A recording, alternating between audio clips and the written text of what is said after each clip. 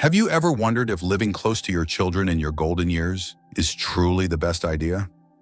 What if staying too near risks the very relationship you cherish most? As we grow older, many of us dream about being closer to our children, sharing more moments, helping with the grandchildren, and being part of their daily lives. It's a comforting vision, sold to us as the perfect way to remain connected. But what if this well-meaning plan could backfire? Today, we're going to explore the hidden reasons why living too close to your children might not be the wisest move for your happiness, your independence, and even your relationship with them. And before we dive in, if you believe in living a fulfilling, independent life at every age, make sure to subscribe so you won't miss out on more heartfelt insights like this. Number 1, you may unintentionally become a burden. When you imagine living near your children in your later years, it's natural to picture happy afternoons, shared meals, and laughter filling the air. At first, everything may feel exactly as you hoped: warm, supportive, loving. But over time, a subtle shift can occur, not because anyone stops loving, but because life is complicated and emotions are layered. As we age, certain needs naturally arise. Doctor appointments become more frequent. Daily tasks that once felt effortless might require a helping hand. And even if you never intended to, you may begin leaning on your children more than you realize. At first, they might gladly assist, picking up groceries, helping with small repairs, or just stopping by to check in. Yet as months turn into years, these small favors can accumulate. Your children are likely already juggling intense responsibilities: their careers, their marriages, and raising their children. The addition of your growing needs, even unstated, can quietly weigh on them. One woman shared her story with heartbreaking honesty. "I moved closer to my daughter because I wanted to be part of her world, to help with the grandchildren, to be useful. But slowly, I realized the dynamic had changed. I wasn't just the helpful mother anymore. I was asking for more help than I was giving." She never said a word, but I could feel it: the hesitation, the quiet fatigue in her eyes. It broke my heart. I never wanted to be a burden. It's important to understand, love doesn't erase exhaustion. Your children can love you deeply and still feel overwhelmed by the added emotional and physical responsibility. And often, because of that love, they won't voice their struggles, leading to silent resentments that chip away at the relationship. Maintaining your independence by keeping a healthy distance isn't selfish. It's a profound act of love. It allows your children to care for you with joy when needed, not with quiet exhaustion. It preserves your dignity, and it protects the beautiful bond you spent a lifetime building. Living separately, while staying emotionally close, means visits are more intentional, not obligatory. Moments together become celebrations, not chores. And you give your children the precious gift of remembering you not as a burden, but as the strong, vibrant spirit you've always been. Number 2, loss of independence and identity. Independence isn't just about doing things for yourself. It's about who you are at your core. It's about feeling capable, confident, and engaged with the world around you. When we begin to lose small pieces of our independence, we don't just lose convenience, we risk losing parts of our identity. 2, when you move close to your children, it's tempting and easy to rely on them for support. At first, it's harmless: a ride to the store here, help with a heavy package there. But little by little, a pattern forms. Why struggle to drive yourself when your son passes your house on his way to work? Why wrestle with grocery bags when your daughter says she doesn't mind picking things up? Before you know it, the very habits that once kept you strong begin to fade. Your world narrows without you realizing it. One gentleman shared his journey with disarming honesty. "When I moved next door to my son, I thought it would be convenient, safer. Even within months, I found myself asking for little things I used to do without a second thought. I needed a ride to my barber. Then I needed help setting up my new phone. Eventually, I just stopped trying. I lost the will to figure things out on my own. I felt smaller, less The truth is, independence must be actively protected, even, and perhaps especially, as we age. Because the less we practice autonomy, the faster we lose our confidence to navigate life alone. And then once confidence begins to erode, it rarely comes back easily. Staying at a respectful distance from your children gives you a powerful reason to stay engaged, to keep planning, problem solving, and participating in life. Whether it's managing your errands, making new friends, or learning new technology, every small act of independence reinforces your sense of self. And when you do need help, because we all do at times, asking for it feels like a choice, not a habit. You remain the parent your children look up to, not the dependent they quietly worry about. In choosing independence, you're not choosing distance from love. You're choosing to stay fully alive, fully yourself, for as long as life allows. Number 3, strained relationships over time. When we picture living close to our children, we imagine it will strengthen our bonds. More Sunday dinners, more casual visits, more time to enjoy each other's company. But what we often overlook is that proximity magnifies everything, not just the good moments, but the small irritations, the unspoken tensions, the differences in how we live, think, and feel. It's a truth many learn the hard way. Living too close can sometimes recreate the old parent-child dynamic, a relationship where advice is freely given and boundaries blur, and what feels like helpful guidance from you can feel, to your adult children, like interference. One mother shared her painful realization. I thought living next door to my son would mean more quality time. Instead, I felt like I was always stepping on toes. I'd suggest something about the kids' homework, or offer advice on their busy schedules, and suddenly there'd be silence, or a tight smile. I didn't mean to meddle, but somehow, I became the nagging mother again, and it hurt. When you're physically close, every small disagreement feels bigger, every unsolicited opinion feels heavier, and both sides can start to pull away emotionally, even if they see each other every day. Distance, paradoxically, protects the relationship. When you live separately, visits become intentional.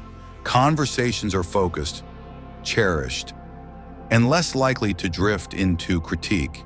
You meet as two adults, each with your own space, your rhythm, and because you're not immersed in their daily life, you're less tempted to comment on every parenting decision, every career choice, every messy kitchen.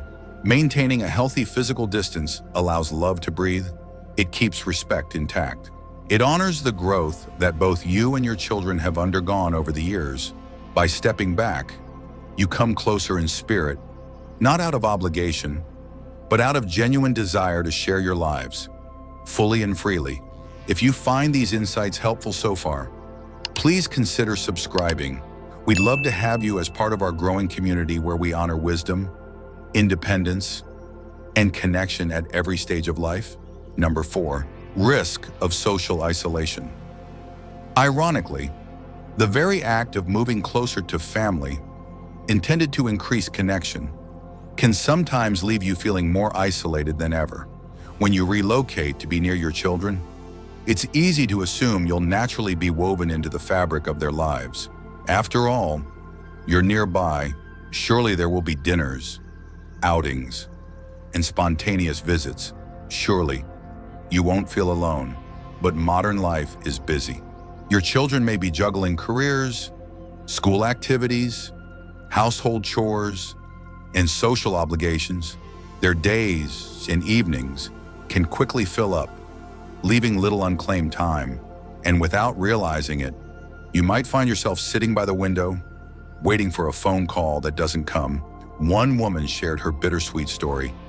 I left behind my town, my friends, my book club, thinking I was gaining something better. But my son is so busy. I understand, truly. But it hurts more than I can say. I've never felt so invisible. The truth is, when we rely solely on family for our social interaction, we place all our eggs in one fragile basket. If they are unavailable, Not because they don't love us, but simply because life is demanding. We risk loneliness deeper than any we knew before. By maintaining your own life, your friendships, your community, your activities, you create a vibrant social world that doesn't depend entirely on your children's availability. Joining a local club, volunteering, attending classes, even meeting friends for coffee, these seemingly small acts are lifelines. They fill your calendar with joy, your days with laughter, and your heart with connection. When you prioritize building and sustaining your own social life, something beautiful happens. You don't approach your children's lives from a place of need, but from a place of fullness. Your time together becomes a joyful bonus, not a desperate necessity, and that, in turn, strengthens the bond you share. Living independently doesn't mean living alone. It means choosing to create a life so rich and connected that your children's love becomes one of many bright stars in your sky, not the only source of light. Number 5, guilt and emotional pressure on both sides. Guilt is a silent, heavy burden, one that neither parents nor children often speak about, yet it quietly shapes their relationship. When you live close to your children, the opportunities to help or to need help multiply. At first, it might seem heartwarming, the easy visits, the quick errands, the small favors, but underneath, something more complicated often brews. You may start to feel guilty every time you need something: a ride to the doctor, help with technology, company on a lonely afternoon. Even if your children insist they don't mind, a small voice inside you might whisper, "I'm asking too much." Meanwhile, your children may feel an entirely different kind of guilt. They may feel guilty when they can't say yes, when they're too busy with work, when they miss a phone call, when they long for a quiet evening but feel obligated to drop by because you're nearby. One woman shared a poignant story that captures this emotional tug-of-war. "After my parents moved a few blocks away, I loved seeing them more often. But as my kids got older and my job demanded more of me, I started to feel torn. Every time I couldn't help my mom or dad, guilt gnawed at me. I resented the pressure, but I also hated myself for feeling that way. It was a no-win situation. Neither side intends for this emotional tension to arise. Nobody wants the other to feel burdened or guilty, but proximity amplifies the pressure to be available, to say yes even when hearts and schedules are stretched thin. When you live independently, this pressure eases naturally. You and your children are freer to make choices from a place of love, not duty. Visits are planned thoughtfully, not squeezed into busy calendars. Help is offered wholeheartedly, not from a place of exhaustion. You deserve to be loved without the shadow of guilt hanging overhead, and your children deserve to love you without the burden of constant emotional obligation. Choosing to maintain a healthy space is not a rejection of your family. It's a deep, wise act of love. It says, "I trust you to live your life fully, and I trust myself to do the same." In that trust, relationships blossom naturally, without the invisible weight of guilt pulling everyone down. Number 6, missing out on new adventures. There's a quiet danger in staying too comfortable. When we settle too closely into familiar spaces, near our children, near old routines, life can begin to shrink without us even noticing. What once was vibrant becomes predictable. What once felt full of possibilities narrows into repetition. Moving closer to your children can unintentionally tether you to their schedules, their rhythms, and their circles. And while being near family brings comfort, it can also rob you of something precious: the chance to rediscover yourself beyond the roles you've always played. One man, after retiring, stood at a crossroads. His daughter wanted him nearby, and for a moment, he was tempted by the ease of it, the familiar hugs, the family dinners. But deep inside, a different longing stirred, a hunger for something new, something that still belonged only to him. He chose differently. Instead of settling next door to my daughter, I moved across the country to a place I'd never been. At first, it was lonely, but slowly, day by day, I built a life of my own. I joined a hiking group. I started painting again. I made new friends who didn't know me as a father or a grandfather, just as myself.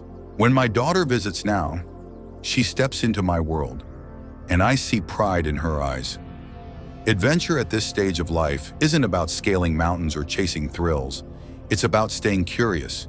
It's about permitting yourself to be a beginner again, to step into rooms where you know no one, to learn skills that have nothing to do with practicality, but everything to do with joy. New places, new communities, new passions. They keep your spirit young. They remind you that you're still growing, still unfolding, still beautifully alive. And perhaps most importantly, when you live a life that excites you, you show your children something invaluable, that aging isn't about fading away. It's about expanding in new, unexpected directions. Choosing adventure over comfort isn't turning away from family.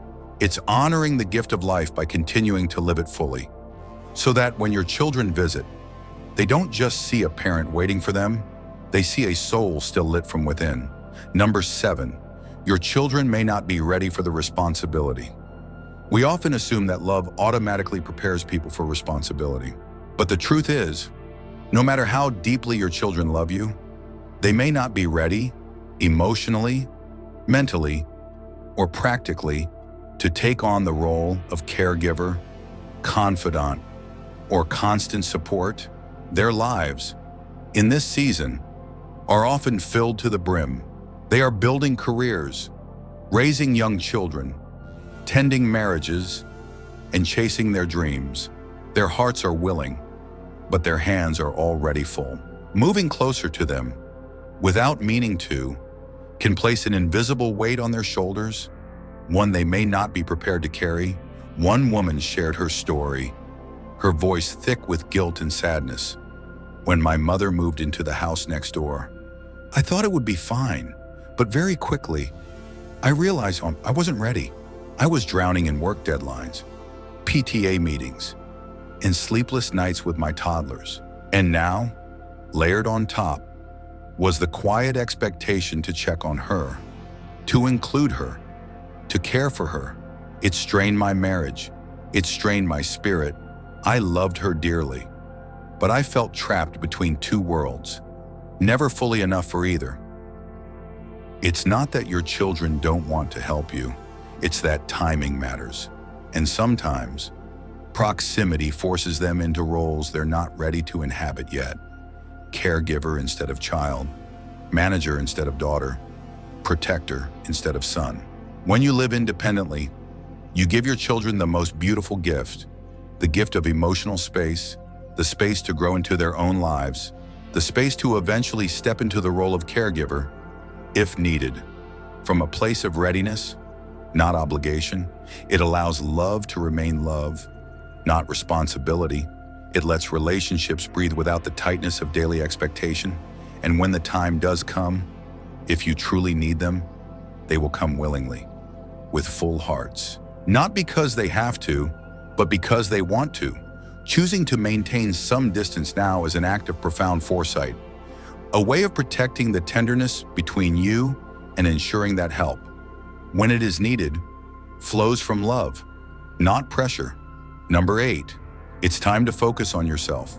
After a lifetime of caring for others, this chapter should be about you, your interests, your passions, your joy. One woman shared how moving alone to a small beach town after retirement allowed her to reconnect with herself, and in doing so, she became an even brighter light in her children's lives. Number 9, parenting differences can cause friction. Watching your grandchildren grow up sounds delightful, until you see parenting styles that clash with your values. Whether it's screen time, discipline, or schooling choices, living nearby can lead to friction and unwanted advice. Distance allows you to focus on enjoying time together, not navigating parenting debates. Number 10, boundaries blur easily. When you're next door or a few minutes away, popping in becomes easy, but frequent visits, even with love, can create an unspoken pressure on your children to always be available. Respecting boundaries from a distance strengthens relationships. It makes your visits anticipated and cherished. rather than obligatory. Number 11. The grandparent role can become overwhelming. Helping out occasionally is a joy. Becoming a default babysitter is exhausting. Living nearby can blur those lines until you're caregiving more than living your retirement. Protect your time so that when you're with your grandkids, it's full of laughter and love, not fatigue. So perhaps living close to your children sounds comforting. Perhaps it even feels like the natural next step after a life spent nurturing, loving, and sacrificing. But life, in its quiet wisdom, often calls us to something deeper. Not more closeness in geography, but more closeness in spirit. Not more dependence, but more freedom. Not being needed every day, but being cherished for exactly who we are. Your golden years are not meant to be a slow fading into someone else's routine. They are meant to be a radiant blooming, a time to rediscover who you are outside of the roles you've played, a time to honor the life that still stirs within you with curiosity, adventure, and self-love. Maintaining a healthy distance from your children isn't an act of separation. It's an act of devotion to yourself and them. It says, I trust you to live your life fully. I trust myself to do the same. And I trust that love, true love, doesn't need constant proximity to grow. Soarim, when you thrive in your own life, when you are vibrant, joyful, and fulfilled, you give your children a rare and beautiful gift. The gift of seeing you happy, the gift of knowing that you are not simply surviving, but truly living, and the gift of loving you not out of duty, but out of pure, overflowing affection. So if you are standing at a crossroads, wondering whether to stay, to go, to move closer, or to carve your path, choose the path that keeps your spirit alive. Choose the life that honors your independence, your dreams, your sacred self. Because when you do, you don't lose your family, you meet them again. Not as someone who needs them to fill your days, but as someone who brings richness and light to theirs. If this message resonates with you, I invite you to subscribe. Here, we celebrate the beauty of living wisely, lovingly, and freely, at every age. Thank you for being here today, and may you continue to walk your path with courage, with grace, and with a heart wide open to all the adventures still waiting for you.